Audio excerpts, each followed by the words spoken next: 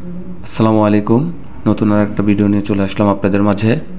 এটা তিনতলা ভবনের ফল ছাদের উপরে দিয়ে এটা ডাইরেক্ট লাইন যাবে বাথরুমে। এটা একটা অ্যাডজাস্ট বাথরুম। এখানে এটা ডাইরেক্ট সাবমার্সিবল থেকে ডাইরেক্ট পানি আসবে, সেটার ফিটিং করতেছি এখন আমরা 1 ইঞ্চি পাইপ দিয়ে। দেখতে পাচ্ছেন কিভাবে আমি ফিটিংটা করতেছি তিনতলা ভবনের উপর।